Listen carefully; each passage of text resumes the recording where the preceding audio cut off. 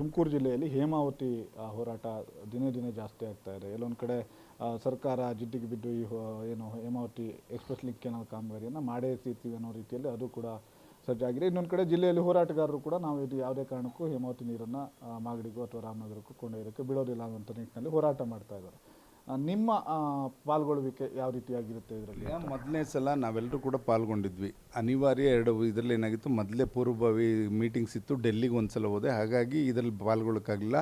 ಯಾವತ್ತೂ ಕೂಡ ನಮ್ಮ ಜಿಲ್ಲೆ, ನಮ್ಮ ನೆಲ, ನಮ್ಮ ಜಲದ ಬಗ್ಗೆ ನಾವು ಯಾರು ಕೂಡ ಬಿಟ್ಕೊಡೋಂಥ ಪ್ರಶ್ನೆ ಇಲ್ಲ. ನಮ್ಮ ತುಮಕೂರು ನಮ್ಮ ಜಿಲ್ಲೆಯಲ್ಲಿ ಯಾವುದೇ ಒಂದು ಇಂಚು ಜಾಗನೇ ಆಗಲಿ ಮತ್ತು ನೀರಾವರಿ ಆಗಲಿ ನಮಗೆ ಸಿಗಬೇಕಾದಂಥ, ನಮ್ಮ ಜಿಲ್ಲೆಗೆ ಸಿಗಬೇಕಾದಂಥ ಪಾಲನ್ನ ನಾವು ಕೊಟ್ಬಿಟ್ಟು ಬೇರೆ ನೀವೇನಾದ್ರು ಮಾಡ್ಕೊಳ್ಳಿ. ಇದಕ್ಕೆ ಸುಮಾರು 500 ಕೋಟಿ ರೂಪಾಯಿನಲ್ಲಿ ಇವರೇ ಕೆನಾಲ್ನ ವೈಡನಿಂಗು ಇಲ್ಲಿಂದ ಹೇಮಾವತಿಯಿಂದನೂ ಕೂಡ ಮಾಡಿದ್ದಾರೆ. ಇದೇ ಸರ್ಕಾರ ಹಿಂದೆ 500 ಕೋಟಿ ಹಾಕಿ, ಅವಾಗ ಇವ್ರಿಗೆ ಪರಿಜ್ಞಾನ ಇರಲಿಲ್ವಾ?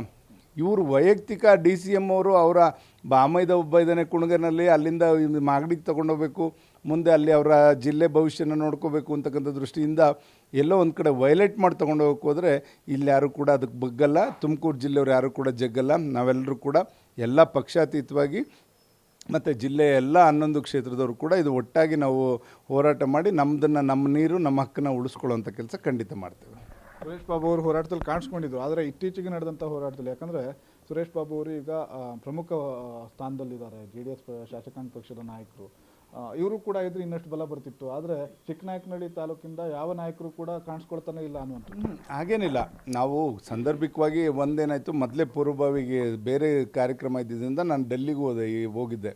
ಹಾಗಾಗಿ ಆ ಥರ ಇಲ್ಲಿ ಇದ್ರಲ್ಲಿ ಪಾಲ್ಗೊಳ್ಳೋಕ್ಕಾಗಲ್ಲ. ಆದರೆ ನಾನು ಅದಕ್ಕೆ ಬೇಕಾದಂಥ ಎಲ್ಲ ನಮ್ಮ ಸಾರ್ವಜನಿಕರಿಗೂ ಕೂಡ, ನಮ್ಮ ಮುಖಂಡರುಗಳಿಗೆಲ್ಲರಿಗೂ ಕೂಡ ಹೋಗ್ಲಿಕ್ಕೂ ಕೂಡ ಹೇಳಿದ್ವಿ. ಅವರು ಕೂಡ ಹೋಗಿದ್ರು.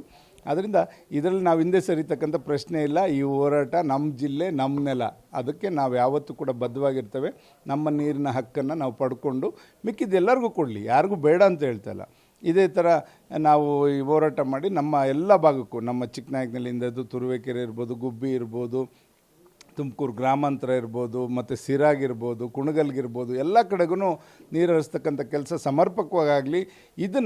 ಅದನ್ನು ಸ್ಟಾಪ್ ಮಾಡಿ ಇವರು ಕುಣಗಲ್ಗೆ ಇದರಿಂದನೇ ಫಸ್ಟು ನೀರು ಕುಣಗಲ್ಗೆ ಟೈಲೆಂಡಿಗೆ ಬಿಟ್ಟು ಆಮೇಲೆ ನಮಗೆಲ್ಲ ಬಿಡಲಿ, ನಾವು ಅದನ್ನು ಸ್ವೀಕರಿಸ್ತೇವೆ.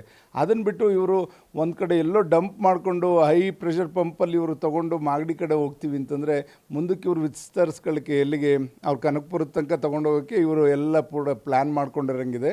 ಈ ಪೂರ್ವಭಾವಿ ಸಿದ್ಧತೆಗಳಿಗೆ ದಯಮಾಡಿ ನಾವೆಲ್ಲರೂ ಕೂಡ ಅಂಕುಶ ಆಗ್ತೇವೆ. ನಾವು ಯಾರೂ ಕೂಡ ಇದನ್ನು ಬಿಡಲ್ಲ ಅಂತಕ್ಕಂಥದ್ದನ್ನ ಹೇಳಿಕ್ಕೆ ಬಯಸ್ತೇವೆ. ಇನ್ನೊಂದು ಕಡೆ ಈ ಹೇಮಾವತಿ ಹೋರಾಟದಲ್ಲಿ ರೈತರು ಇದ್ದಾರೆ, ಜೊತೆಗೆ BJP ಮತ್ತು JDS ಜಂಟಿಯಾಗಿ ಹೋರಾಟವನ್ನು ಮಾಡ್ತಾ ಇರುವಂಥದ್ದು. ಆದರೆ BJPಯನ್ನು ಅಥವಾ ನಿಮ್ಮ ಏನು NDA ಮೈತ್ರಿಯಿಂದ ಗೆದ್ದಿರುವಂತಹ V ಸೋಮಣ್ಣ ಅವರು ಪತ್ರವನ್ನು ಬರೆದಿದ್ದಾರೆ. ಆದರೂ ಕೂಡ ಪ್ರತಿಭಟನೆಯಲ್ಲಿ ಕಾಣಿಸ್ಕೊಡುವಂಥದ್ದು ಅಥವಾ ಬೀದಿಗಿಳಿದು ಈ ಒಂದು ತುಮಕೂರಿನ ಜನರ ಪರವಾಗಿ ಹೋರಾಟ ಮಾಡಿಲ್ಲ ಅಂತೇಳಿ ನೀವೇನಾದರೂ ಅವರಿಗೆ ಮನವಿ ಮಾಡೋದು? ತಾರತಮ್ಯ ಇಲ್ಲ. MP ಅವ್ರಿಗೂ ಲೋಕಸಭಾ ಸದಸ್ಯರಿಗೂ ಕೂಡ ನಾವು ಮಾತಾಡಿದ್ದೇವೆ. ಎಲ್ಲರೂ ಕೂಡ ಇದಕ್ಕೆ ಮುಕ್ತವಾಗಿ ಇದ್ರ ಪರ ಇದ್ದೇವೆ.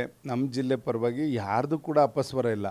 ಕಾಂಗ್ರೆಸ್ನವರು ಕೂಡ ಇದ್ದಾರೆ, ಆದರೆ ಅವ್ರು ಮಾತಾಡೋಕ್ಕಾಗ್ತಾಯಿಲ್ಲ. ಎಲ್ಲಿ ನೆಕ್ಸ್ಟ್ ನಮಗೆ ಏನಾರು ಅಧಿಕಾರದ ಇದಾಗ್ತದೋ, ತೊಂದರೆ ಆಗ್ತದೋ ಅಂತಕ್ಕಂಥದ್ದು.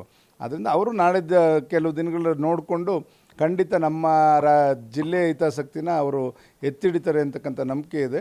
ಈಗ ಅದನ್ನು ಎಲ್ಲ ಕೂಡ ಕೂತ್ಕೊಂಡು ಇವಾಗ ನಾವು ಒಂದು ಸಭೆ ಮಾಡ್ತೇವೆ, ಎಲ್ಲ ಪಕ್ಷಾತೀತವಾಗಿ ಎಲ್ಲರನ್ನೂ ಕೂಡ ಕೂತ್ಕೊಂಡು ಎಲ್ಲ ಪಕ್ಷದವ್ರನ್ನೂ ಕೂಡ ಜನಪ್ರತಿನಿಧಿಗಳನ್ನ ಮತ್ತು ಮುಖಂಡರುಗಳನ್ನ ಕರೆದು ಒಂದು ಸಭೆ ಮಾಡಿ ಮುಂದಿನ ಹೋರಾಟದ ಒಂದು ರೂಪುರೇಷೆಗಳನ್ನ ಮಾಡಿ ಖಂಡಿತ ಇದನ್ನು ಏನು ಅವರು ವೈಲೇಟ್ ಮಾಡಿ ತೊಗೊಂಡೋಗಿ ಕೊಟ್ಟಿದ್ದಾರೆ ನೀರನ್ನ, ಅದನ್ನು ಸ್ಟಾಪ್ ಮಾಡೋವರೆಗೂ ನಮ್ಮ ಹೋರಾಟ ಇದ್ದೇ ಇರ್ತದೆ.